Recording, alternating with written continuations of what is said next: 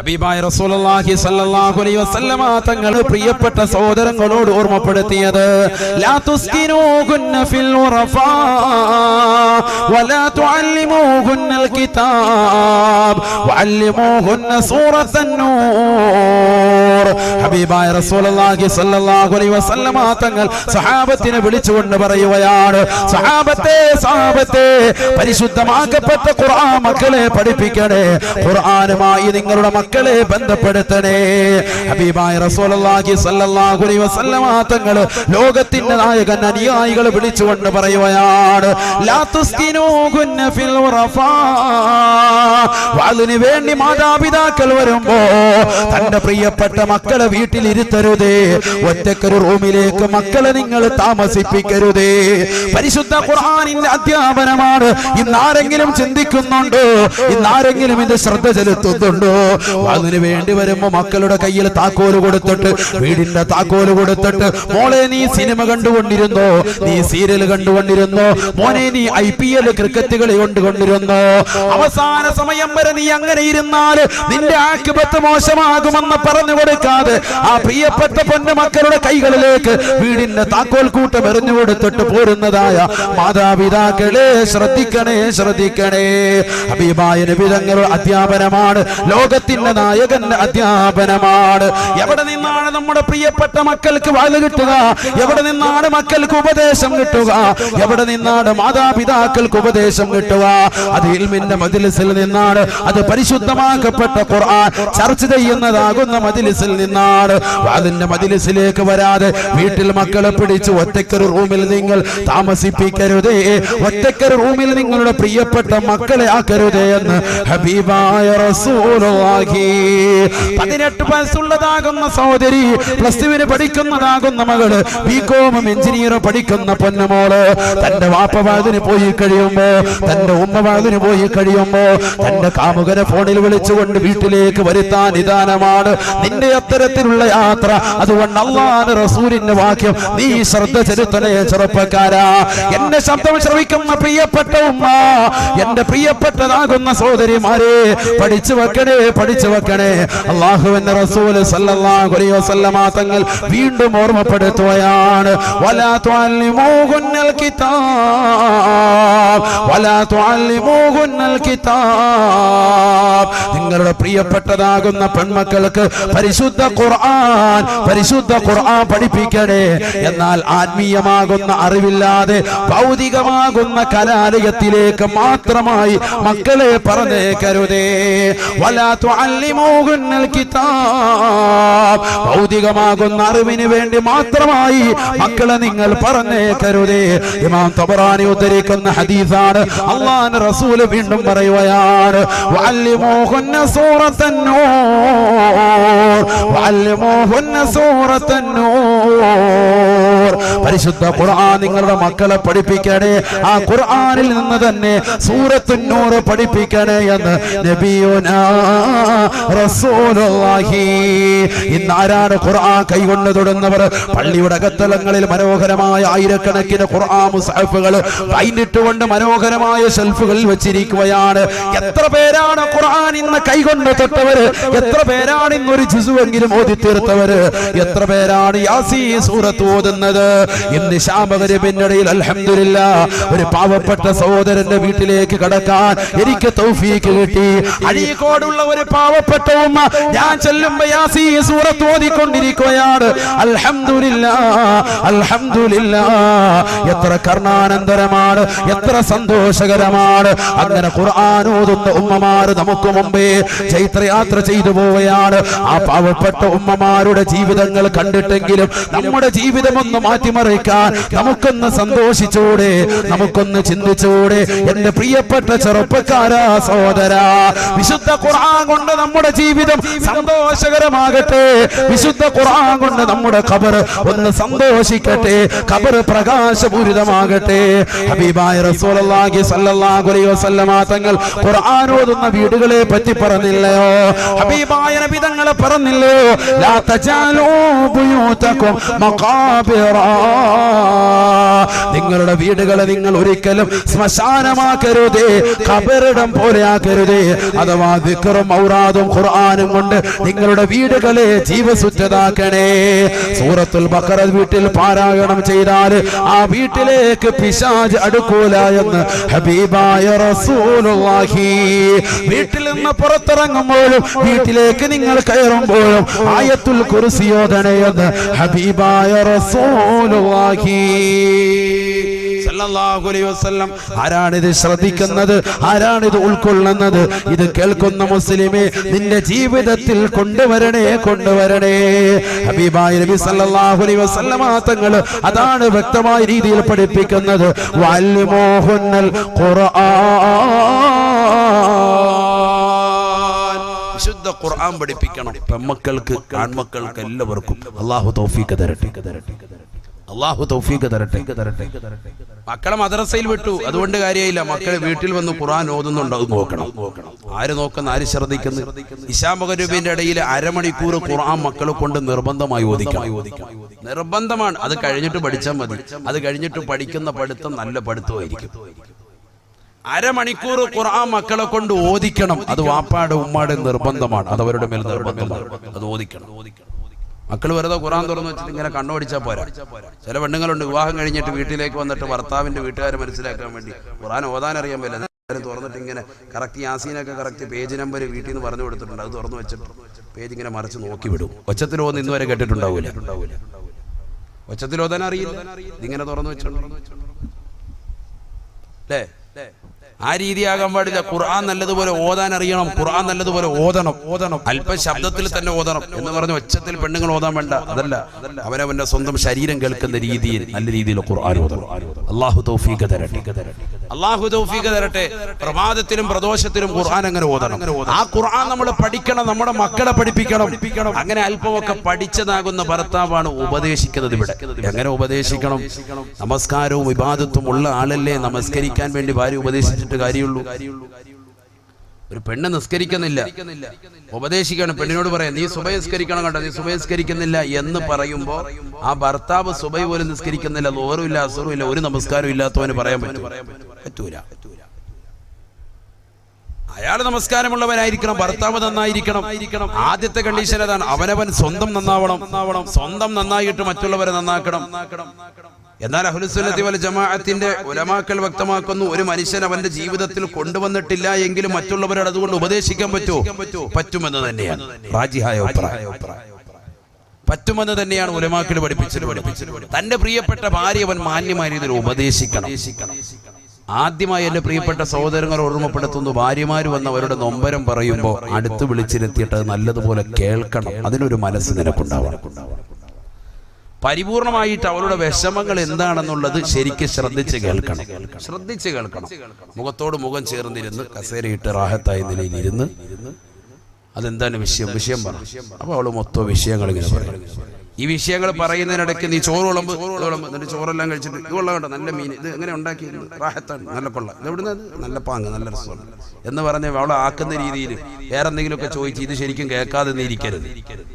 അപ്പൊ അവൾക്ക് ദേഷ്യം പിടിക്കും, ഒന്നും കൂടി ഇത് വിഷയം വല്ലാതെ കലുഷിതമാകും. അതുകൊണ്ട് നീ നല്ല മനസ്സിൽ ഇരിക്കുമ്പോഴത്തേക്ക് ആ വിഷയം ശരിക്കും കേൾക്കുക. എല്ലാം കേട്ടതിന് ശേഷം അവളോട് പറയും, ഇൻഷാ അല്ലാഹ് നമുക്ക് പരിഹാരം ഉണ്ടാക്കാം. പറയുന്നത് ഒരു പക്ഷെ നിന്റെ ഉമ്മയെ കുറിച്ചായിരിക്കും, നിന്റെ ഉപ്പായെ കുറിച്ചായിരിക്കും. ഇതാണ് കൂടുതൽ പരാതി ഉണ്ടാകുക. അല്ലെ നിന്റെ പെങ്ങന്മാരെ കുറിച്ചായിരിക്കും. ഇങ്ങനെയുള്ളതാകുന്ന ബുദ്ധിമുട്ടുകളും കാര്യങ്ങളായിരിക്കും പറയുന്നുണ്ടാകുക. എന്നാലും നീ എന്ത് ചെയ്യാ? ചെവി കൊടുത്ത് കേട്ടിരിക്കുക. അങ്ങനെ പരിപൂർണമായി കേട്ടാൽ തന്നെ 98% പെണ്ണിന്റെ മനസ്സിന് റാഹത്താണ്, കുളിരാണ്. കാരണം എന്താ? എന്റെ ഭർത്താവ് ഞാൻ പറയുന്ന വിഷയങ്ങളൊക്കെ കേൾക്കാൻ പറ്റിയവരാണ്, അൽഹംദുലില്ലാഹ്. എന്നിട്ട് നീ പറയാ, ഞാനത് റെഡിയാക്കിക്കോളും കേട്ടോ, ഉമ്മാട് ഞാനത് പറഞ്ഞ് റെഡിയാക്കി തരാം, കുഴപ്പമൊന്നുമില്ല എന്നൊക്കെ പറഞ്ഞ് നീ പതുക്കെ സമ്പാദിക്കും. പിന്നെ അത് കഴിഞ്ഞ് വലിയ ഇത്രേ ഉള്ളൂ. ഇതിപ്പോ പെണ്ണുങ്ങളപ്പുറത്തുനിന്ന് കേൾക്കുന്നുണ്ട്, അങ്ങനെ വലിയ ഒന്നും ആക്കണ്ട, ഞങ്ങളത് വിടത്തില്ല എന്നൊക്കെ പറഞ്ഞ അവിടെ ഇരിപ്പുണ്ടോ, ഒക്കെ എന്നെ റെഡിയാക്കി തരാം, ഇൻഷാ അല്ലാഹ്, അല്ലാഹു തൗഫീഖ് തരട്ടെ. അപ്പൊ ആദ്യമായി നിങ്ങൾ എന്താ ചെയ്യേണ്ടത്? ഇത് ശരിക്കും വിഷയം കേൾക്കുക, നല്ലതുപോലെ ശ്രദ്ധിച്ച് കേൾക്കുക. ഇത് കേൾക്കാതിരിക്കുമ്പോഴാണ് പെണ്ണിന് ദേഷ്യം പിടിക്കുന്നത്. സ്വന്തം ഭർത്താവ് ഇതിലൊന്നും താല്പര്യമില്ല. ഓൻ എന്തെങ്കിലും കഴിക്കണം, വല്ല ആഹാരിക്കണം, റാഹത്താക്കണം. വെളിയിൽ പോയി കഴിച്ചിട്ട് വന്നതൊന്നും പോരാ. പിന്നെ ഇവിടെ വന്ന് കലം മറിച്ച് മുഴുവൻ കഴിച്ചിട്ട് എവിടെയെങ്കിലും കൂർക്കം വലിച്ച അല്ലാ ഒറ്റ ഉറക്കം. അപ്പൊ ഭാര്യയ്ക്ക് മനസ്സിലായി ഇവനെ കൊണ്ട് ഒരു കാര്യമില്ല, ഇങ്ങനെ ആള് ഗുണമില്ല. അങ്ങനെ ഇരിക്കുമ്പോഴാണ് അന്യരാകുന്ന ചെറുപ്പക്കാർ വീട്ടിലേക്ക് പല രീതിയിലും വരുന്നത്. ഒന്നില്ലെങ്കിലും വല്ലെന്തെങ്കിലും മേശരിപ്പണിക്ക് ആശാരിപ്പണിക്കോ പല കോലത്തിലും ഒക്കെ ആയിട്ട് അവരോട് വരും. ആ ആൾക്കാരുമായിട്ട് പതുക്കെ ഇവള് ചങ്ങാത്തം വെക്കും, അവരോട് കാര്യങ്ങൾ പറയാൻ തുടങ്ങും. ജീവിതം വല്ലാത്ത കോലത്തിലേക്ക്. ഇതാണ് സംഭവിക്കുന്നതിനാകെ ടോട്ടൽ മൊത്തത്തിൽ പറഞ്ഞു തരും. ബുദ്ധിയുള്ളവർക്ക് ചിന്തിക്കാം. അല്ലാഹു തൗഫീഖ് തരട്ടെ. അഥവാ ഭർത്താവാകുന്ന നമ്മളെ സംബന്ധിച്ചിടത്തോളം ഭാര്യയുടെ പ്രശ്നങ്ങൾ പരിപൂർണമായി കേൾക്കാൻ നമ്മൾ തയ്യാറാണ്. നല്ലതുപോലെ കേട്ടുകൊടുക്കണം. അത് കേട്ടെങ്കിൽ മാത്രമേ ഭാര്യയ്ക്ക് നമ്മളോട് സന്തോഷം ഉണ്ടാവുകയുള്ളൂ, താല്പര്യം ഉണ്ടാവുകയുള്ളൂ. കേൾക്കാതെ നമ്മൾ പോകാൻ പാടില്ല. കേട്ടതിന് ശേഷം കാര്യത്തിനൊരു സൊല്യൂഷൻ പറഞ്ഞു കൊടുക്കുക. ഹബീബായ റസൂലുള്ളാഹി സ്വല്ലല്ലാഹു അലൈഹി വസല്ലമ തങ്ങൾ വിശുദ്ധ ഖുർആൻ മുഖേന ഓതി തരുകയാണ്. നിന്റെ പ്രിയപ്പെട്ട ഭാര്യയെ നീ ഉപദേശിച്ചു നോക്കിയിട്ട് ആ ഭാര്യ മാന്യമായ രീതിയിൽ കടന്നു വന്നില്ല എങ്കിൽ വിശുദ്ധ ഖുർആൻ രണ്ടാമതായി പറയുകയാണ് വഹ്ജുറൂഹുന്ന ഫിൽ മളാജി. ശാരീരിക ബന്ധത്തിൽ നമ്മളെ ഒഴിവാക്കുക. രണ്ടാമത്തെ ഓപ്ഷൻ. ചില കാര്യങ്ങളാണ് പറഞ്ഞു തരുന്നത്. ഈ കാര്യങ്ങൾ ജീവിതത്തിൽ പ്രശ്നങ്ങൾ ഉണ്ടാകുമ്പോൾ മാത്രം പ്രയോഗിക്കേണ്ടതാണ്, അല്ലാതെ വെറുതെ പ്രയോഗിക്കാറുള്ളതല്ല. നിന്റെ ജീവിതത്തിൽ ഭാര്യയുമായി എന്തെങ്കിലും പിണക്കമുണ്ടായെങ്കിൽ ദീനിന്റെ വിഷയം അനുസരിച്ച് മുന്നോട്ട് പോകണം. കാരണം വിശുദ്ധ ഖുർആനാണ് നിന്നോട് ഓർമ്മപ്പെടുത്തിയത് വിവാഹ ജീവിതത്തെ പറ്റി. വിശുദ്ധ റസൂൽ സല്ലല്ലാഹു അലൈഹി വസല്ലമ തങ്ങളാണ് വിവാഹ ജീവിതം കഴിച്ചുകൊണ്ട് എങ്ങനെയാണ് വിവാഹ ജീവിതം കൊണ്ടുപോകേണ്ടത് എന്ന് പ്രവാചകൻ പഠിപ്പിച്ചു തന്നിട്ടുണ്ട്. നബി സല്ലല്ലാഹു അലൈഹി വസല്ലമ തങ്ങൾ വ്യക്തമാക്കി, നിന്റെ ഭാര്യ നിന്നോട് പിണക്കം വെച്ചാൽ ആദ്യമായി വർത്തിക്കേണ്ട രീതി അവൾക്ക് നല്ല ഉപദേശം കൊടുക്കലാണ്. ഉപദേശത്തിലൂടെ അവൾ നന്നാകുന്നില്ല. നീ വാല് പറയാൻ തുടങ്ങുമ്പോൾ നീ 10 മിനിറ്റ് പറയുമ്പോൾ അവൾ 25 മിനിറ്റ് ഇങ്ങോട്ട് വാല് പറയും. അങ്ങനത്തെ സൈസാണ് നിനക്ക് കിട്ടിയതെങ്കിൽ രണ്ടാമത്തെ ഓപ്ഷൻ വിശുദ്ധ ഖുർആൻ പറയാം. അപ്പോഴും ഖുർആൻ പഠിപ്പിച്ചാലേ എന്ത് വേണം, ഇതൊക്കെ ഖുർആനാണ്. വഹ്ജുറൂഹുന്ന ഫിൽ മളാജ്. നിന്റെ പ്രിയപ്പെട്ട ഭാര്യ നീ ഉപദേശിച്ചു നോക്കിയിട്ട് ഭാര്യ നന്നാവുന്ന ഘട്ടം എത്തിയിട്ടില്ല എങ്കിൽ രണ്ടാമത്തെ ഘട്ടത്തിലേക്ക് നീ കടക്കണേ. അല്ലാഹുവിന്റെ വിശുദ്ധ ഖുർആൻ ഓർമ്മപ്പെടുത്തുകയാണ് വഹ്ജുറൂഹുന്ന ഫിൽ മളാജ്. വഹ്ജുറൂഹുന്ന ഫിൽ മളാജ്. നിന്റെ പ്രിയപ്പെട്ട ഭാര്യയുമായിട്ടുള്ള ശാരീരിക ബന്ധത്തെ പരിപൂർണമായി വിലങ്ങണേ. നീ നന്നായിട്ട് ഇൻഷാ അല്ലാഹ് നമ്മൾ തമ്മിൽ ശാരീരിക ബന്ധത്തിൽ ഏർപ്പെടാം. അതുവരെ കണക്ഷൻ വേണം. എവിടെ ഇത് നിസ്കരിക്കുന്നില്ല ഒരു പെണ്ണ്, കൃത്യമായി റമളാനിൽ നോമ്പ് പിടിക്കുന്നില്ല, അവളിങ്ങനെ അലസത വെക്കുക. ദീനിബോധം കുറഞ്ഞതായിരിക്കും. അവള് 10ാം ക്ലാസ് വരെ ഒന്നും പഠിച്ചിട്ടില്ല. മദ്രസയിൽ പോയിട്ട് ആകെ 3 അല്ലെങ്കിൽ 4ാം ക്ലാസ് ഒക്കെ ഉള്ളൂ. അത് തന്നെ മറന്നുപോയി. ഭൗതിക കലാലയത്തിലേക്ക് ഒരുപാട് പഠിച്ച് എഞ്ചിനീയർ ഒക്കെ പഠിച്ചിട്ട് അവസാനം ബ്രോക്കർ പറഞ്ഞ് അഴീക്കോട് ജെട്ടിയിൽ നല്ലൊരു സുന്ദരനായ യുവാവ്, നല്ല സുമുഖനാകുന്ന ഒരു ചെറുപ്പക്കാരനുണ്ട്, നല്ല ദീനി ബോധമുള്ളവരുണ്ടെന്ന് പറഞ്ഞപ്പോൾ അൽഹംദുലില്ലാ അങ്ങനെ വന്നാണ് നിന്റെ വിവാഹം കഴിച്ചത്. നീ എന്ത് ചെയ്യരുത്, കാട്ടുപോത്തിന്റെ സ്വഭാവം എടുക്കരുത്. നീ ദീനി ബോധമുള്ളവരാണ്. അതുകൊണ്ട് നീ എന്ത് ചെയ്യണം, നല്ല ഉപദേശം കൊടുക്കണം. അവൾ നിസ്കരിക്കാതെ ഇരിക്കുന്ന കാണുമ്പോഴത്തേക്ക്, അല്ല നോമ്പ് പിടിക്കാതിരിക്കുന്ന കാണുമ്പോൾ അവിടെ വെച്ചിട്ട് പേടിപ്പിച്ചു കൊടുക്കണം. നിസ്കരിക്കുന്നവർക്കുള്ള കൂലി ആദ്യം പറഞ്ഞു കൊടുക്കണം. നിസ്കരിക്കുന്നവർക്കുള്ള കൂലി, നോമ്പ് പിടിക്കുന്നവർക്കുള്ള കൂലി, നോമ്പ് പിടിക്കാതിരുന്നുള്ള ശിക്ഷ, നമസ്കരിക്കാതിരുന്നവർക്കുള്ള ശിക്ഷ, ഇതൊക്കെ പറഞ്ഞവർക്ക് മനസ്സിലാക്കി കൊടുക്കുമ്പോൾ നല്ലൊരു ഭാര്യയാണ് എങ്കിൽ ആ ഓപ്ഷനിൽ തന്നെ നന്നാവുകയാണ്. അല്ലാഹു ഇതിൽ നമ്മുടെ ഭാര്യമാരെ ഉൾപ്പെടുത്തുമാറാവട്ടെ. രണ്ടാമത്തേലേക്ക് പോകേണ്ടതില്ല. രണ്ടാമത്തെ ഘട്ടം ഇവിടെ ഒന്നും ചീത്ത വിളിക്കാൻ പറഞ്ഞിട്ടില്ല. ഇവിടെ എങ്ങും പരിശുദ്ധമാക്കപ്പെട്ട ഖുർആൻ ആ പാവപ്പെട്ട പെണ്ണിന്റെ കുടുംബാദികളെയോ അവളെയോ ചീത്ത വിളിക്കാൻ വേണ്ടി അല്ലാഹുവോ അവന്റെ റസൂല് പഠിപ്പിച്ചിട്ടില്ല. ശ്രദ്ധിക്കുക, നിങ്ങൾ ഇതൊക്കെ ഖുർആനാണ്, നല്ലതുപോലെ ശ്രദ്ധിക്കുക. നിന്റെ പ്രിയപ്പെട്ട ഭാര്യയുമായിട്ടുള്ള ശാരീരിക ബന്ധത്തിൽ നിന്ന് നീ വിലങ്ങി നിൽക്കണേ. ശാരീരിക ബന്ധത്തിൽ നിന്ന് വിലങ്ങി നിൽക്കണേ. ഖുർആനിന്റെ അധ്യാപനം നല്ലതുപോലെ ശ്രദ്ധിക്കുക. വഹ്ജുറൂഹുന്ന മിനൽ മളാജി എന്നല്ല ഖുർആൻ പറഞ്ഞത്. ഇവിടെ ഉസ്താദുമാർ ഇരിപ്പുണ്ട്, ആലിമീങ്ങൾ ഇരിപ്പുണ്ട്, അവർക്കറിയാം. അങ്ങനെ പറഞ്ഞാൽ അതിന്റെ അർത്ഥം എന്താണ്? കിടപ്പറയിൽ നിന്ന് ഒഴിവാക്കുക എന്നാവും. അങ്ങനെ ഖുർആൻ പറഞ്ഞില്ല. ഖുർആൻ എന്തു പറഞ്ഞു? വഹ്ജുറൂഹുന്ന ഫിൽ മളാജി. ശാരീരിക ബന്ധത്തിൽ നിന്ന് ഒഴിവാക്കുക, കിടപ്പറയിൽ നിന്ന് ഒഴിവാക്കണ്ട. 99% എന്നല്ല 100% ആളുകൾക്കും തെറ്റുപറ്റിയത് മുസ്ലിം സമുദായത്തിലാകട്ടെ അല്ലാതാകട്ടെ പ്രശ്നമുണ്ടായത് ഇവിടെയാണ്. ചെറിയൊരു പ്രശ്നമുണ്ടാകുമ്പോൾ സ്വന്തം ഭാര്യയെ അവളുടെ വീട്ടിലേക്ക് കൊണ്ടുപോയി ആക്കുക പാടില്ല. ആര് പഠിപ്പിച്ചു? ആരാണിതിന് ഉത്തരവാദികൾ? ഉലമാക്കളാണോ? പണ്ഡിതന്മാരാണോ? ആരാണിത് പഠിപ്പിച്ചിട്ടുള്ളത്? വിവാഹ ജീവിതം നിന്നോട് കഴിക്കാൻ വേണ്ടിയും അത് സുന്നത്തായും പഠിപ്പിച്ചിട്ടുള്ള പരിശുദ്ധമാക്കപ്പെട്ട റസൂലുള്ളാഹി സ്വല്ലല്ലാഹു അലൈഹി വസല്ലമ തങ്ങളോ അവിടുത്തെ ശേഷം വരുന്നതാകുന്ന ആലിമീങ്ങളോ ഇത് പഠിപ്പിച്ചിട്ടുണ്ടോ? സഹാബത്തെ കേറാൻ പഠിപ്പിച്ചിട്ടുണ്ടോ? ആരാണ് പഠിപ്പിച്ചിട്ടുള്ളത്? ചിന്തിച്ചു നോക്ക്. ഹബീബായ റസൂലുള്ളാഹി സ്വല്ലല്ലാഹു അലൈഹി വസല്ലമ തങ്ങളുടെ ജീവിതം മനസ്സിലേക്ക് കടന്നു വരട്ടെ. ഹബീബായ റസൂലുള്ളാഹി സ്വല്ലല്ലാഹു അലൈഹി വസല്ലമ തങ്ങൾ ഈ ലോകത്ത് നിന്ന് വിട പറയുമ്പോ അല്ലാഹുവിന്റെ റസൂലിന് വയസ്സ് 63. എന്റെ ശബ്ദം ശ്രവിക്കുന്ന അഴീക്കോട് ജട്ടിയിലുള്ള പ്രിയപ്പെട്ട ചെറുപ്പക്കാർ, എന്റെ പ്രിയപ്പെട്ട ഉമ്മമാരെ മനസ്സിലിരുത്തി ചിന്തിക്കണേ. ഹബീബായ റസൂലുള്ളാഹി സ്വല്ലല്ലാഹു അലൈഹി വസല്ലമ തങ്ങൾ അവസാന തിരുരാത്രങ്ങൾ തള്ളു നീക്കിയത് തന്റെ പ്രിയപ്പെട്ടതാകുന്ന ഭാര്യയായ ആയിഷ സിദ്ദീഖ റളിയല്ലാഹു അൻഹയോടൊപ്പമാണ്. മറ്റുള്ള ഉമ്മഹാത്തുൽ മുഅ്മിനീങ്ങളോട് ഭാര്യമാരെ വിളിച്ചുകൊണ്ട് റസൂലുള്ള ചോദിക്കുകയാണ്, അവസാനത്തെ എന്റെ പ്രിയപ്പെട്ട ഭാര്യയാകുന്ന ആയിഷയോടൊപ്പം കഴിയാൻ ഞാൻ നിയ്യത്ത് വെക്കുന്നു, നിങ്ങൾക്കതിൽ വിരോധമുണ്ടോ? നിങ്ങൾക്കതിൽ ബുദ്ധിമുട്ടുണ്ടോ? ഭാര്യമാരോട് തുല്യ നീതി, തുല്യ നീതി. മറ്റുള്ളവരുടെ അനുവാദം വാങ്ങാൻ അവർ പറഞ്ഞു, അങ്ങക്ക് ആർക്കൊരു കുഴപ്പമില്ല, ആയിഷയോടൊപ്പം ജീവിച്ചു.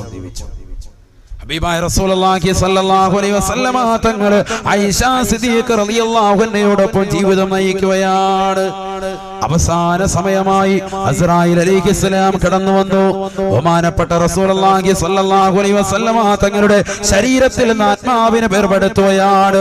ഈ ലോകത്തിന്റെ ദീപമണയുകയാണ്, ഈ ലോകത്തിന്റെ വിളക്കണഞ്ഞു പോവുകയാണ്, ഈ ലോകത്തിന്റെ സിറാജ് അണഞ്ഞു പോവുകയാണ്, ഈ ലോകത്തിന്റെ മുനീർ എന്നേക്കുമായി ഇല്ലാതാവുകയാണ്. ഹബീബായ റസൂലുള്ളാഹി സ്വല്ലല്ലാഹു അലൈഹി വസല്ലമ തങ്ങളുടെ ആത്മാവിനെ വേർപെടുത്തുകയാണ്. അല്ലാഹ് ഹബീബായ റസൂലുള്ളാഹി സ്വല്ലല്ലാഹു അലൈഹി വസല്ലമ തങ്ങൾ ആ സമയത്തല്ലേ ആയിഷ ബീവിയോട് പറഞ്ഞത്, യാ ആയിഷ ഇന്നലിൽ മൗതി ലസകറാ. ആയിഷ ആയിഷ മരണത്തിന് വല്ലാത്ത വേദനയുണ്ട്. ആയിഷ മരണത്തിന് വല്ലാത്ത വേദനയുണ്ട്. ആയിഷ ഹബീബായ റസൂലുള്ളാഹി സ്വല്ലല്ലാഹു അലൈഹി വസല്ലമ തങ്ങൾ തന്റെ പ്രിയപ്പെട്ട ഭാര്യയാകുന്ന ആയിഷയോട് ഇത് പറയുകയും, തൊട്ടടുത്തിരിക്കുന്ന തോൽപാത്രത്തിലേക്ക് നിന്റെ കൈയൊന്നിട്ടിട്ട് ആ തണുത്ത ജലം കൊണ്ട് എന്റെ മുഖമൊന്ന് തടകി തരൂ ആയിഷ എന്ന് ഹബീബായ റസൂലുള്ളാഹി.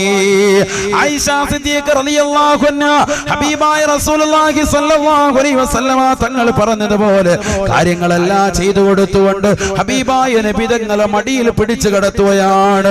ഹബീബായ നബി തങ്ങൾ ഈ ലോകത്ത് നിന്ന് വിട പറയുമ്പോ 63 വയസ്സ്. അല്ലാഹുവിന്റെ റസൂല് വഫാത്താകുന്നത് എവിടെ വെച്ചാണ്? മദീന പള്ളിയുടെ മെഹ്റാബിൽ വെച്ചല്ല, മദീന പള്ളിയുടെ മിമ്പറിൽ വെച്ചല്ല.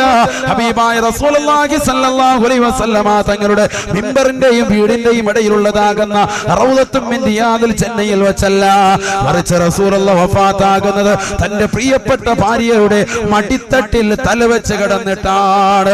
പഠിക്കണേ ചെറുപ്പക്കാരാ, പഠിക്കണേ പ്രിയപ്പെട്ട സഹോദരാ. ഇന്ന് വിവാഹ ജീവിതം കഴിഞ്ഞ് 10 കൊല്ലം കഴിയുമ്പോ നിന്റെ ഭാര്യ ഏത് റൂമിലാണതാ എന്ന് ചോദിക്കുമ്പോ തൊട്ടപ്പുറത്തെ റൂം കാണിച്ചു തരുകയാണ്. 50 വയസ്സുള്ള ഉപ്പമാര് എന്റെ ശബ്ദം ശ്രവിക്കുന്നുണ്ടാകും. കുമ്മനം ഉസ്താദ് ഖേദത്തോടുകൂടി ചോദിക്കട്ടെയോ, നിന്റെ പ്രിയപ്പെട്ടതാകുന്ന ഭാര്യ എവിടെയാണ് കിടക്കുന്നതെന്ന് ചോദിച്ചാ മറ്റൊരു റൂം കാണിച്ചു തരുകയല്ലയോ? കൂടെ കടത്താൻ നമുക്ക് സമയമില്ല. എവിടെയാണ് തെറ്റുപറ്റിയത്?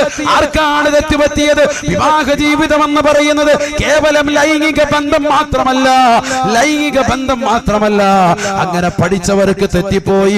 അങ്ങനെയാണെങ്കിൽ റസൂലുള്ള വഫാത്താകുമ്പോ എന്തിനാണ് അള്ളാന്റെ റസൂല് തന്റെ പ്രിയപ്പെട്ട ഭാര്യയുടെ മടിത്തട്ടിൽ തലവെച്ച് കിടക്കുന്നത്? കഴിക്കുന്നത്. അവിടെ ഒരു ശാരീരിക ബന്ധത്തിന് പ്രസക്തിയില്ലല്ലോ.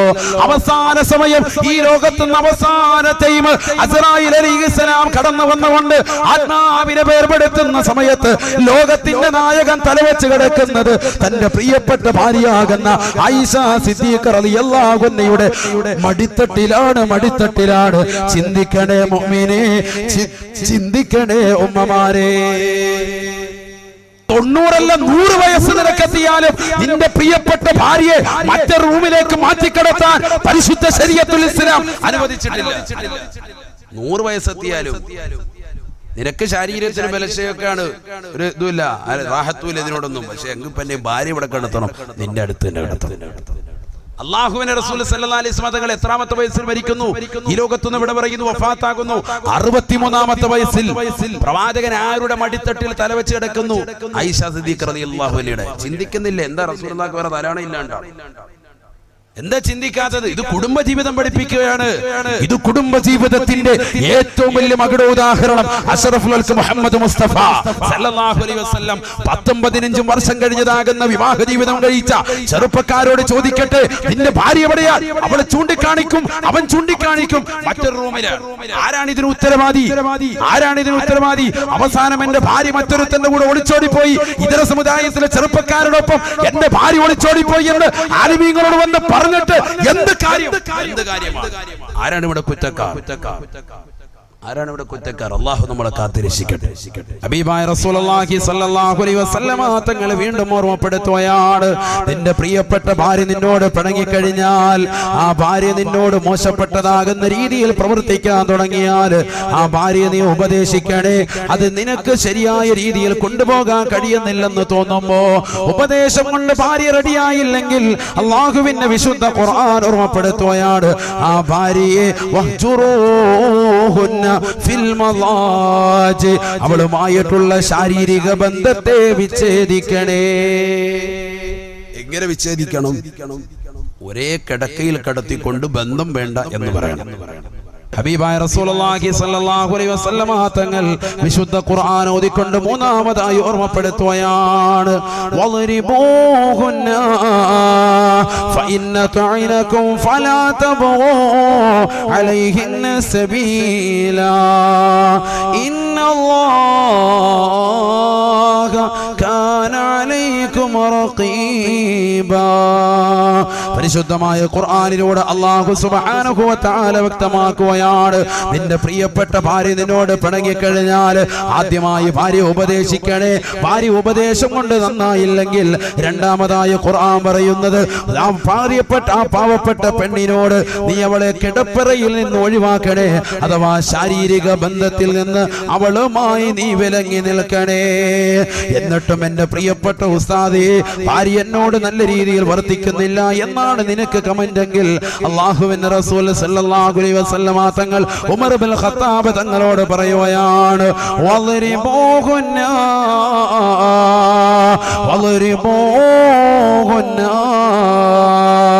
നിന്റെ പ്രിയപ്പെട്ട ഭാര്യയെ മുറിവ് പറ്റാത്ത നിലയിൽ നിനക്കടിക്കാം. മുറിവ് പറ്റാത്ത നിലയിൽ അടിക്കാം. ഇതൊക്കെ ശ്രദ്ധിക്കണം. ഇതൊക്കെ ഖുർആനാണ്. ഖുർആൻ അനുസരിച്ചുള്ള ജീവിതം നയിക്കാനാണ് നമ്മൾ ശ്രദ്ധിക്കേണ്ടത്. നമ്മുടെ ജീവിതം എങ്ങനെ ത്വലാഖിൽ നിന്ന് വഴിമാറ്റാം, അതാണ് നമ്മുടെ ജീവിത ശ്രദ്ധ. ത്വലാഖ് കളിതമാശ ഏറ്റെടുക്കാൻ പാടില്ല. ഹബീബായ റസൂലുള്ളാഹി സ്വല്ലല്ലാഹു അലൈഹി വസല്ലമ തങ്ങൾ ഓർമ്മപ്പെടുത്തുകയാണ്, വഹ്ജുറൂഹുന്ന ഫിൽ മളാജ് വളിരിബൂഹുന്ന. നിന്റെ പ്രിയപ്പെട്ട ഭാര്യയെ നീ ശാരീരിക ബന്ധത്തിൽ നിന്ന് വേർപെടുത്തിയിട്ട് പോലും അവൾ നന്നാവുന്ന ഘട്ടത്തിലേക്ക് വരുന്നില്ല എങ്കിൽ അവളെ മുറിവ് പറ്റാത്ത നിലയിൽ അടിക്കൽ നിനക്ക് അനുവദനീയമത്രേ. മുറിവ് പറ്റാൻ പാടില്ല. എത്രത്തോളം ഉലമാക്കൾ പറഞ്ഞു, ടവല് ചുരുട്ടിയിട്ട്, കയ്യിലുള്ള ടവല് മിന്തിയിൽ ഇങ്ങനെ ചുരുട്ടിയിട്ട് ആ ടവല് കൊണ്ടടിക്കുക, ഒട്ടും വേദന ഉണ്ടാവൂല എന്ന് പറഞ്ഞാൽ അത്രത്തോളം മുറിവ് പറ്റാത്ത നിലയിലായിരിക്കണം. വളിരിബൂഹുന്ന, നിന്റെ പ്രിയപ്പെട്ട ഭാര്യ നിനക്ക് അടിക്കൽ അനുവദനീയമാണ്. ലിഖംസി ഖിസാലിൻ ലർബു സൗജിൻ ലിസൗജതി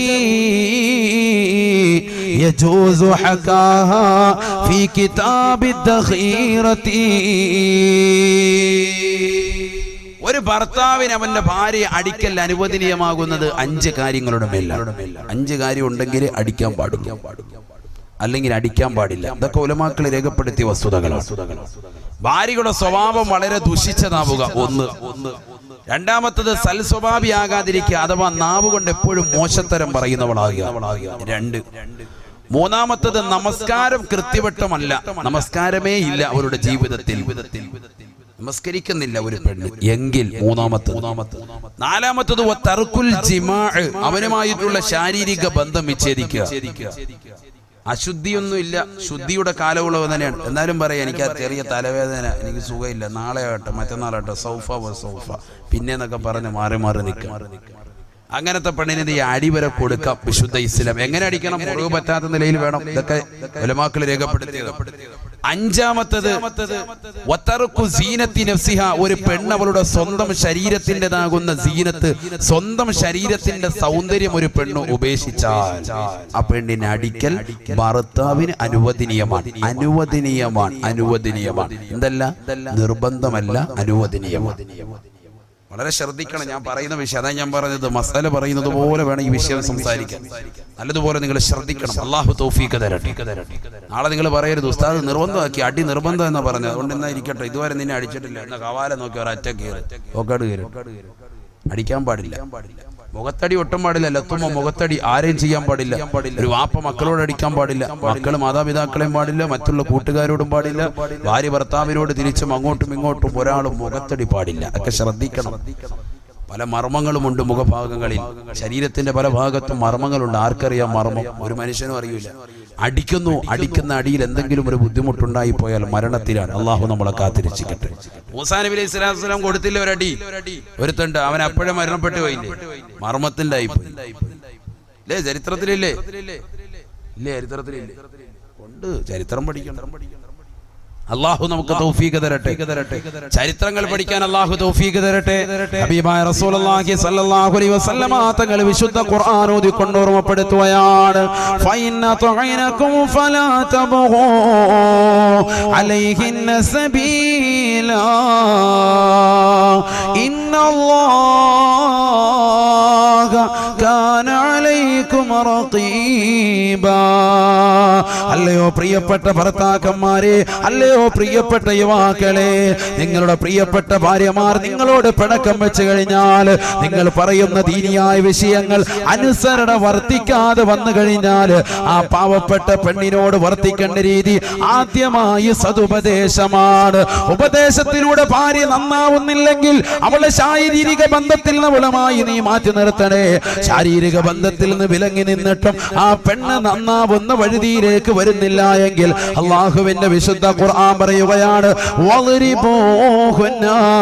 മുറിവ് പറ്റാത്ത നിലയിൽ അടിക്കൽ നിനക്ക് അനുവദനീയമാണ്. നിന്റെ പ്രിയപ്പെട്ട ഭാര്യ മാത്രം നിനക്ക് അടിക്കൽ അനുവദനീയമാണ്. അങ്ങനെ ഭാര്യ നീ അടിക്കലിലൂടെ അവൾ നന്നായി കഴിഞ്ഞാലോ, ഉപദേശത്തിലൂടെയോ ശാരീരിക ബന്ധം ഏർപ്പെടുത്തലിലൂടെയോ, മുറിവ് പറ്റാത്ത നിലയിലുള്ള അടിക്കലിലൂടെയോ ഭാര്യ നിന്നോട് അനുസരണ വർത്തിച്ചാൽ, ഫഇന്ന തഅനകു ഫലാ തബ്ഗൂ അലൈഹിന്ന സബീലാ. പിന്നെ ഒരു നിലയ്ക്കുള്ള അക്രമപരമാകുന്ന പ്രവർത്തനത്തിലേക്കും നീ എടുത്ത് ചാടാൻ പാടില്ല. നിന്റെ പ്രിയപ്പെട്ട ഭാര്യയോട് പിന്നെ നീ ഒരിക്കലും തന്നെ മോശത്തരം ചെയ്യാൻ പാടില്ല. അവളെ ചീത്ത വിളിക്കാൻ പാടില്ല, അവരെ തെറി വിളിക്കാൻ പാടില്ല, അവരുടെ കുടുംബക്കാരെ കുറിച്ച് മോശത്തരം പറയാൻ പാടില്ല. എന്തേ കാരണമെന്നറിയുമോ? എന്റെ ശബ്ദം ശ്രവിക്കുന്ന ചെറുപ്പക്കാര് മനസ്സിലാക്കണേ, നിന്റെ പ്രിയപ്പെട്ടതാകുന്ന വാപ്പയുണ്ടല്ലോ, ഏത് വാപ്പയാണ്? നിന്റെ സ്വന്തം വാപ്പയല്ല. നിന്റെ ഭാര്യയുടെ ഉപ്പ നിനക്ക് ഉപ്പയാണ്, നിന്റെ ഭാര്യയുടെ ഉമ്മ നിനക്ക് ഉമ്മയാണ്. അല്ലയോ പ്രിയപ്പെട്ട പെങ്ങളെ, നിന്റെ പ്രിയപ്പെട്ട ഭർത്താവിന്റെ ഉപ്പ നിനക്ക് ഉപ്പയാണ്, ഭർത്താവിന്റെ ഉമ്മ നിനക്ക് ഉമ്മയാണ്. വിവാഹ ജീവിതത്തിലൂടെ നിനക്ക് ഉമ്മയും ഉപ്പയുമായിട്ടാണ് അല്ലാഹുവിന്റെ ഖുർആൻ പരിചയപ്പെടുത്തുന്നത്. അതുകൊണ്ട് തന്നെ ആ ഉമ്മയും ഉപ്പയും നമ്മൾ വിശ്വസിക്കണേ, അവരെ നമ്മൾ ശ്രദ്ധിക്കണേ, അവരെ നമ്മൾ പരിഗണിക്കണേ. ഹബീബായ റസൂലുള്ളാഹി സ്വല്ലല്ലാഹു അലൈഹി വസല്ലമ തങ്ങൾ വ്യക്തമായ രീതിയിൽ പഠിപ്പിച്ചു തരുകയാണ്, ഒരു വാപ്പ അഥവാ പെണ്ണിന്റെ ഉപ്പ തന്റെ പ്രിയപ്പെട്ട മകളെ വിവാഹം കഴിക്കുന്നതിന് വേണ്ടി ഖാളിയാരുടെ കൈക്ക് പിടിച്ചുകൊണ്ട് കൊടുക്കുന്നതാകുന്ന ഉപദേശം എന്താണ്? തന്റെ തന്റെ മരുമകനാകാൻ പോകുന്ന ചെറുപ്പക്കാരന്റെ കൈക്ക് പിടിച്ചുകൊണ്ട് ഒരു വാപ്പ കൊടുക്കുന്ന നിർദ്ദേശം എന്താണ്? ചിന്തിച്ചിട്ടുണ്ടോ ചെറുപ്പക്കാരാ? ചിന്തിച്ചിട്ടുണ്ടോ? ഒരു വാപ്പ നൽകുന്ന നിർദ്ദേശം എന്താ? വാപ്പ നൽകുന്ന ബൈഅത്ത് എന്താ? വാപ്പ നൽകുന്ന കരാർ എന്താ? ഏതെങ്കിലും ഉപ്പമാര് ചിന്തിച്ചിട്ടുണ്ടോ? മക്കളെ വിവാഹം കഴിച്ചയച്ച ഒരുപാട് ആളുകൾ ഉണ്ടാകും, ഇല്ലെങ്കിൽ വിവാഹം കഴിപ്പിക്കാൻ പോകുന്ന സഹോദരങ്ങൾ ഉണ്ടാകും.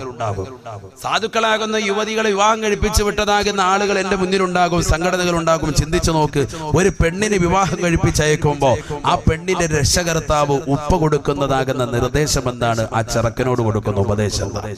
കൈക്ക് പിടിക്കും, കാതികര് കൈക്ക് പിടിക്കും, പിടിച്ചിട്ട് എന്ത് ചെയ്യും? പറഞ്ഞു കൊടുക്കാൻ പറയും പെണ്ണിന്റെ വാപ്പ. അഊദു ബില്ലാഹി മിനശ് ശൈത്വാനിർ റജീം. ബിസ്മില്ലാഹിർ റഹ്മാനിർ റഹീം. അൽഹംദുലില്ലാഹി റബ്ബിൽ ആലമീൻ. അല്ലാഹുമ്മ സ്വല്ലി വസല്ലിം വബാരിക് അലാ സയ്യിദിനാ മുഹമ്മദിൻ വഅലാ ആലി സയ്യിദിനാ വമൗലാനാ മുഹമ്മദ്. രണ്ടുപേരെ കൊണ്ട് ചെല്ലിച്ചിട്ട് പറയും, നിങ്ങൾ പറഞ്ഞു കൊടുക്കും. വാപ്പാട് പറയാണ്, പെണ്ണിന്റെ വാപ്പായോട് പറഞ്ഞു കൊടുക്കുക. പെണ്ണിന്റെ വാപ്പ ആ ചെറുക്കന്റെ കൈക്ക് പിടിച്ചിട്ട് കൊടുക്കുന്ന ഒരു കരാറ് അറിഞ്ഞിരുന്നുവെങ്കിൽ, അതിന്റെ അർത്ഥം മനസ്സിലാക്കിയിരുന്നെങ്കിൽ ഒരൊറ്റ ചെറുക്കനും അവന്റെ ഭാര്യ ഉപേക്ഷിക്കൂല. ഇനി അഥവാ ഉപേക്ഷിക്കേണ്ട ഘട്ടം വന്നാൽ മാന്യമായ രീതിയിലല്ലാതെ ഉപേക്ഷിക്കൂല. അതാണ് പറയുന്നത്. വാപ്പ പറയാണ്, അത് കരഞ്ഞുകൊണ്ടല്ലാതെ ഒരു വാപ്പയ്ക്ക് അതിന്റെ അർത്ഥം മനസ്സിലാക്കാൻ പറ്റില്ല. എന്താണത്? وزوجك على ما أمر الله تعالى به من إمساك بمعروف أو تسريح بإحسان. തന്റെ പ്രിയപ്പെട്ട മരുമകനാകാൻ പോകുന്ന ചെറുപ്പക്കാരന്റെ കൈക്ക് പിടിച്ചുകൊണ്ട് വാപ്പ കൊടുക്കുന്ന ഉപദേശമാണ്, വാപ്പ കൊടുക്കുന്ന നിർദ്ദേശമാണ്. ഉസൗവിജുക അലാ മാ അമറല്ലാഹു തആല ബിഹി മിൻ ഇംസാകിൻ ബിമഅറൂഫ്. അല്ലയോ പ്രിയപ്പെട്ട സഹോദര, നിന്നിലേക്ക് എന്റെ പ്രിയപ്പെട്ട മകളെ നിനക്ക് ഞാൻ വിവാഹം ചെയ്തു തരുന്നത്, എന്റെ പ്രിയപ്പെട്ട പൊന്നുമോളാകുന്ന ഇന്ന മകളെ നിനക്ക് ഞാൻ വിവാഹം ചെയ്തു തരുന്നത്, എന്റെ മകളാകുന്ന ഫാത്തിമയെ, എന്റെ മകളാകുന്ന ഖദീജയെ, എന്റെ മകളാകുന്ന ആയിഷയെ നിനക്ക് ഞാൻ വിവാഹം ചെയ്തു തരുന്നത് അലാമാ അമറല്ലാഹു തആല, അല്ലാഹു സുബ്ഹാനഹു വ തആല വിശുദ്ധ ഖുർആനിൽ കൽപ്പിച്ചതിന് പ്രകാരമാണ്. എങ്ങനെയാണ് അല്ലാഹു കൽപ്പിച്ചത്? മിൻ ഇംസാകിൻ ബിമഅറൂഫ്, മിൻ ഇംസാകിൻ ബിമഅറൂഫ്.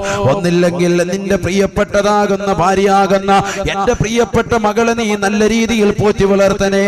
അവൾക്ക് നീ വസ്ത്രം നൽകണേ, അവൾക്ക് നീ പാർപ്പിട സൗകര്യം കൊടുക്കണേ, അവൾക്ക് നീ നല്ല ഭക്ഷണം കൊടുക്കണേ, മാന്യമായ രീതിയിൽ അവളെ നീ പോറ്റി പുലർത്തണേ.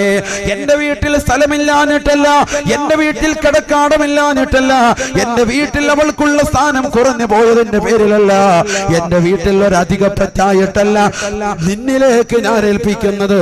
മറിച്ച് എന്റെ പ്രിയപ്പെട്ട പൊന്നുമോൾക്ക് പ്രായപൂർത്തിയെത്തി, അവൾക്ക് നല്ല ഒരു ഇണ വേണം, നല്ല ഒരു തുണ വേണം. അതിനുവേണ്ടി അള്ളാഹുവിന്റെ റസൂല് പറഞ്ഞതിന് പ്രകാരം ഒരു സാലിഹാകുന്ന കുട്ടിയുടെ കൈയാകുന്ന നിന്നിലേക്ക് ഇതാ എന്റെ പ്രിയപ്പെട്ട മകളെ പിടിച്ചേൽപ്പിക്കുകയാണ്.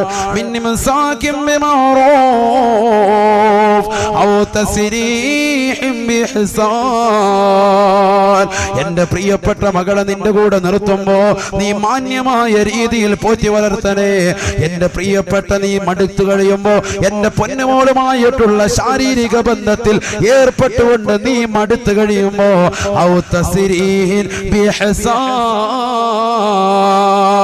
എന്റെ പ്രിയപ്പെട്ട പൊന്നുമോളുമായിട്ട് ശാരീരിക ബന്ധത്തിൽ ഏർപ്പെട്ടിട്ട് 4-5 മക്കളാകും ആ പെണ്ണുമോളെ നീ കൊണ്ടുപോയി കയറിൽ കെട്ടി തൂക്കി കൊല്ലരുതേ. അവളെ റെയിൽവേ ട്രാക്കിലേക്ക് വലിച്ചെറിയരുതേ. അവളെ കടലിന്റെ തീരത്ത് കൊണ്ടുപോയി കടലിലേക്ക് കഴുത്തിറക്കി മുക്കിക്കൊല്ലരുതേ. അവളെ മോശപ്പെട്ട തലത്തിലേക്ക് കൊണ്ടുപോയി നീ വലിച്ചെറിയരുതേ. എന്റെ പ്രിയപ്പെട്ട പൊന്നുമോളെ കൊണ്ടുപോയി കൊക്കയിലേക്ക് നീ വലിച്ചെറിയരുതേ. ആക്സിഡന്റിൽ പെട്ടെന്ന് വരുത്തി തീർത്തുകൊണ്ട് എന്റെ പ്രിയ പ്രിയപ്പെട്ട പൊന്നുമോളെ നീ കൊന്നുകളയരുതേ. എന്റെ പ്രിയപ്പെട്ട ചോരയാണ് എന്റെ മകള്. ആ പാവപ്പെട്ട പൊന്നുമോളെ നിനക്ക് പോറ്റാൻ പറ്റാതെ കടന്നു വരുമ്പോ എന്റെ പൊന്നുമോളെ എനിക്ക് തന്നെ നീ തിരിച്ചു നൽകണേ, തിരിച്ചു നൽകണേ. ഒരു വാപ്പ പറയുന്ന വചനമാണ്. നിക്കാഹിന്റെ സദസ്സിൽ എല്ലാവരും സന്തോഷിച്ചിരിക്കുമ്പോ ഈറനണിഞ്ഞ കണ്ണീരോട് കൂടിയല്ലാതെ ഒരു വാപ്പയ്ക്ക് ഇത് പൂർത്തീകരിക്കാൻ കഴിയുമോ? താൻ ജീവിച്ചത് പൊന്നുമോൾക്ക് വേണ്ടിയല്ലയോ? അറബ് നാട്ടിൽ മാമലകൾ മുഴുവനും തന്റെ ജീവിതത്തിലേക്ക് കനക കൊട്ടാരമായിട്ട് തരട്ടെ എന്ന് സർവരും വിളിച്ചു ചോദിക്കുമ്പോ അതൊന്നും എനിക്ക് വേണ്ട എന്ന് പറഞ്ഞുകൊണ്ട് പരിത്യാഗത്തിന്റെ ആത്മീയ വലയം കാണിച്ചവനല്ലയോ നീ? നിന്റെ ജീവിതത്തിൽ എത്ര പ്രയാസങ്ങളാണ്, എത്ര നൊമ്പരങ്ങളാണ് ഉണ്ടായി തീർന്നത്, എത്രയെത്ര വിഷമങ്ങൾ നിന്റെ ജീവിതത്തിൽ ഉണ്ടായി. അറബിയുടെ ചാട്ടവാറടി കൊണ്ട് മരുഭൂമിയിൽ പൊരുവയലത്ത് കഷ്ടപ്പെട്ടുണ്ടാക്കിയ പണം കൊണ്ട് തന്റെ പ്രിയപ്പെട്ട പൊന്നുമോള് 18 കഴിഞ്ഞ പൊന്നുമോളെ പറഞ്ഞേക്കുമ്പോ തന്റെ പ്രിയപ്പെട്ട ഉമ്മ അന്യന്റെ അടുക്കളയിൽ എച്ചിൽ പാത്രങ്ങൾ കഴുകിയിട്ട് അതിൽ നിന്ന് കിട്ടുന്ന നാണയത്തൊട്ട് കൊണ്ടുവന്ന് തന്റെ പ്രിയപ്പെട്ട പൊന്നുമോൾക്ക് വിദ്യാഭ്യാസം കൊടുത്ത് അവസാനം ആ പൊന്നുമോള് നല്ല ഒരു ചെറുപ്പക്കാരന്റെ കൈക്ക് പിടിച്ചിറക്കി വിടുമ്പോ ആ പൊന്നുമോളുടെ ഉപ്പയതാ ആ ചെറുപ്പക്കാരന്റെ കൈക്ക് പിടിച്ചു കൊടുക്കുന്ന ബൈഅത്താണ്. പഠിക്കണേ ചെറുപ്പക്കാരാ, ഉൾക്കൊള്ളണേ ചെറുപ്പക്കാരാ, അർത്ഥമറിയണേ ചെറുപ്പക്കാരാ. വാപ്പ നിന്റെ കൈക്ക് പിടിച്ചുകൊണ്ട് പറയുകയാണ്, പെണ്ണിന്റെ ഉപ്പ നിന്റെ കൈക്ക് പിടിച്ചുകൊണ്ട് പറയുന്ന വചനമാണ്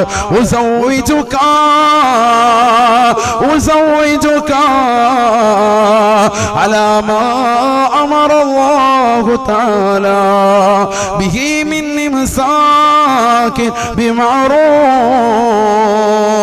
ഔ തസ്രീഹ് ബിഇഹ്സാൻ. എന്റെ പ്രിയപ്പെട്ട പൊന്നുമോളെ നിന്റെ കൂടെ നിൽക്കുമ്പോ നീ മാന്യമായ രീതിയിൽ പോറ്റി വളർത്തണേ. അതല്ല നിനക്ക് മടുക്കുമ്പോ എന്റെ പ്രിയപ്പെട്ട പൊന്നുമോളെ കൊണ്ടുപോയി നീ വലിച്ചെറിയരുതേ, ചാക്കിൽ കെട്ടി കൊണ്ടുപോയി വെള്ളത്തിൽ താഴ്ത്തരുതേ. എന്റെ പൊന്നുമോളെ എനിക്ക് തന്നെ തിരിച്ചു തരണേ, ഒരു ജീവച്ഛവമായിട്ടെങ്കിലും ഈ വാപ്പയ്ക്ക് തന്നെ തിരിച്ചു തരണേ എന്ന് വാപ്പയുടെ വചനമെന്ന് ഹബീബായ റസൂലുള്ളാഹി. ഹദീസാണ് ഈ വാക്ക്. അല്ലാഹു തൗഫീഖ് തരട്ടെ, അല്ലാഹു തൗഫീഖ് തരട്ടെ. ഈ രീതിയിലാണ് വിവാഹം കഴിച്ചു കൊടുക്കുന്നത്, ഈ രീതിയിലാണ് വിവാഹം കഴിച്ചു കൊടുക്കുന്നത്. എങ്ങനെ എന്റെ മകളെ നീ വിവാഹം കഴിക്കുന്ന സമയത്ത് അവളുമായിട്ടുള്ള ജീവിതം മാന്യമായിരിക്കും. അതല്ല നിനക്ക് മടുക്കുകയാണെങ്കിൽ കൊണ്ടുപോയി അവളെ കെട്ടിത്താഴ്ത്തരുത്, എനിക്ക് തന്നെ തിരിച്ചു തരണം. വാപ്പ പറയാ എനിക്ക് തന്നെ തിരിച്ചു തന്നേക്ക്. നിനക്ക് ഒരുപാട് മക്കളായി അവളിലൂടെ, നീ അവളെ സുഖിച്ചു റാഹത്താക്കി ഒക്കെ ആയിക്കോട്ടെ, പക്ഷെ എന്നാലും എന്റെ മോളെ കൊണ്ടുപോയി നീ കൊന്നുകളയല്ലേ, എനിക്ക് തന്നെ തിരിച്ചു തരണം. വാപ്പാടെ വർത്തമാനമാണ്, ഒരു വാപ്പാടെ നൊമ്പരമാണ്. ഇത് മനസ്സിലാക്കണം ചെറുപ്പക്കാര്. ഇവനെല്ലാം അറിയോ? എന്ത് നിനക്കെന്ത്? നേരെ തലയെ തുണി പോലും ഇടൂല, ഒരു തൊപ്പി പോലും മരിക്കൂല. എപ്പോഴും ഉണ്ട് ഒരു ടവല്, കുറെ ഹൈവാന്മാര് ആ ടവൽ ഇങ്ങനെ വെച്ചോട്ട് അതിങ്ങനെ വിട്ട് ഇങ്ങനെ തിരുമുക ചെവിക്കാത്തോട്ട്. നാണമില്ലല്ലോ, നാണമില്ലല്ലോ മുസ്ലിമിന്. ഒരു തൊപ്പി വാങ്ങിച്ചു വെച്ചുകൂടെ നിനക്ക്? അനിക്കാ കഴിയുമ്പോ നീ അല്ലാഹു തൂരിക്കള, വിഷയമില്ല, പറ്റൂല. എന്നാലും ഫാഷൻ ഏതോ ഒരു ഹൈവാൻ തുടങ്ങി വെച്ചോണ്ട് ആ തുടങ്ങി വെച്ചോന് നാശം. അല്ലാഹു കാത്തുരക്ഷിക്കട്ടെ. കാരണം എന്താ, ഈ ടവലിട്ട് ഇങ്ങനെ തിരിക്കുക, എന്നിട്ട് അതിങ്ങനെ കുറച്ചു നേരം കഴിയുമ്പോൾ ഇത് പറന്നുപോയി ഉണ്ടെ പിന്നെ കൈ ഒരു മിനിറ്റ് ഉസ്താദെ കൈ ടവല് പിന്നെ ഇത് ടവലിട്ട് ഒരു തൊപ്പി എടുത്ത് അവിടെ വെച്ചു. എത്ര മടിയാണ് നമുക്ക് ദീനിനോട് താല്പര്യമില്ല. അതേ സമയത്ത് ഏതെങ്കിലും ഹൈവാന്മാര് കൊണ്ടുവന്ന് താടി വെച്ചിട്ടുണ്ടെങ്കിൽ ആ താടി നമ്മൾ കൊണ്ടുവരും. ഗ്രേറ്റ് ഫാദർ അവന്റെ ഉമ്മുമ്മ ഉണ്ട വലത്ത് എല്ലാവരും ഭയങ്കര താടി. 11 ദിവസം കൊണ്ട് 41 കോടി. എന്ത് കാര്യം? ആഖിറത്തിൽ വല്ല കൂലിയുണ്ടോ? ആഖിറത്തിന് ഒരു നയാ പൈസക്ക് ഗുണമുണ്ടാവോ? ഇവരെ കൊണ്ട് ഒരു നയാ പൈസക്ക് ഗുണമുണ്ടാവോ? ഫൈദില്ല. 11 ദിവസം കൊണ്ട് 41 കോടി കാക്ക വാങ്ങിയെന്ന് പറഞ്ഞിട്ട് എന്താ കാര്യം? എല്ലാ കാര്യമുണ്ട്. കാക്കാക്ക് കിട്ടി, ദുനിയാവ് കിട്ടി, ആഖിറ നഷ്ടപ്പെട്ടു. അല്ലാഹു കാക്കട്ടെ. അതിന്റെ പുറകെ നീ റജബ് മാസത്തെ തെളിച്ചു കൊണ്ടുപോയാൽ അല്ലാഹു നിന്നെ കാത്തിരക്ഷിക്കട്ടെ. ഇത് റജബ് മാസം. എന്താ റജബ് മാസം? റജബ് മാസത്തിന്റെ പ്രത്യേകത എന്താ? യുദ്ധം ഹറാമാക്കപ്പെട്ട മാസം എന്നാണ് വിശുദ്ധ ഖുർആൻ വിശേഷിപ്പിച്ചത്. ആയത്ത് ഇറങ്ങുന്ന സന്ദർഭത്തിൽ യുദ്ധം ഹറാമാക്കപ്പെട്ടതായിരുന്നു, പക്ഷെ പിന്നീട് മൻസൂഹായി പോയി. അഥവാ ആയത്ത് ഓതലുണ്ട്, പക്ഷെ എങ്കിൽ പോലും അതിന്റെ നിയമങ്ങൾ മൻസൂഹായി പോയിരിക്കുകയാണ്. യുദ്ധം ഹറാമാക്കപ്പെട്ടതല്ല എന്ന്